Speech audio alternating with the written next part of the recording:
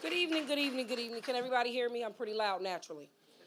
Okay, so transition. Until then, live your best life. And I'm saying this because I've been through major transitions over the last 10 years that have catapulted me into failure, that have catapulted me into emotional success, that has set me down and humbled me beyond anything I could ever compare. I grew up in the suburbs of Willingboro, New Jersey, if any of you don't know. It was a beautiful suburb, one of the best places to grow up, one of the best school systems ever. It's a little bit crazy now. My mom moved there out of Philly. We went to Jersey because she didn't want to raise us in the city of brotherly love and sisterly affection. However, in my mid-20s, I got married to a crazy dude. I came back to the city. I have a beautiful home. I got rid of him.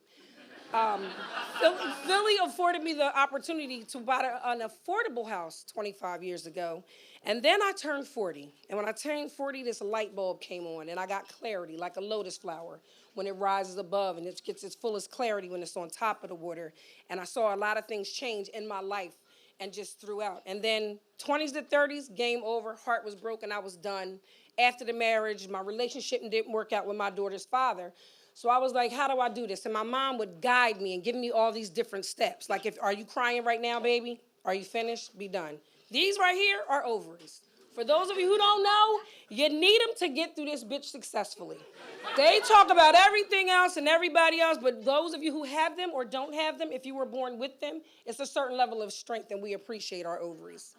And then I went into the salon and the beauty business, and I'm a beauty professional. I'm a master beauty professional.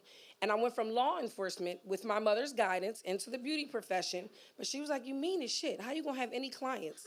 So I had to kind of change. So then I natural hair. I'm a loctician. I love it. My mother hated the fact that I was getting locks, starting locks. When she transitioned, she had locks for 20 years. I brought her over to this side, to the nappy-headed, highly textured, beautiful side of having natural hair.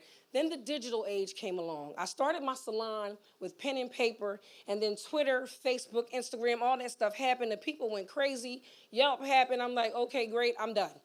Let me slow it down. I need to touch people, talk to people, and be out there. And my high school diploma is everything to me. I did not think I was smart enough to go to college. My mother, who is my angel, said to me, have an A, B, C, and a D plan. So I went to a vocational high school with my diploma. The universe opened up for me.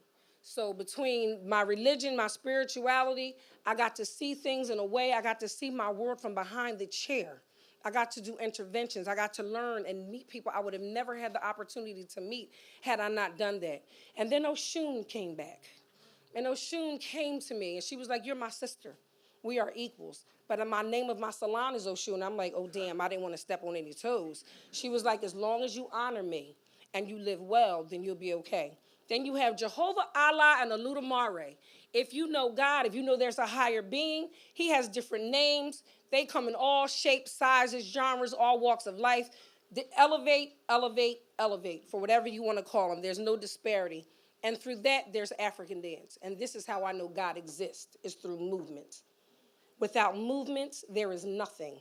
Without rhythm, to me, there is no breath and there is no life. So African dance also took me to belly dance.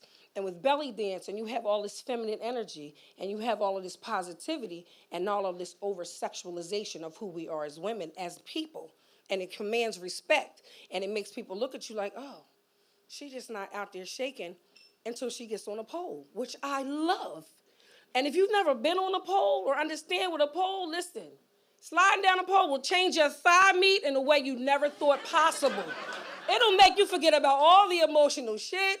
It'll help your heart to heal until I get back on my Harley, which I love. Again, I like power. And I feel like a butterfly. I feel like I'm in transformation when I'm on my Harley. And it's bright and it's yellow. And I have mine customized with a ding for symbols to give honor. This right here, she took me off the Harley. She slowed me down.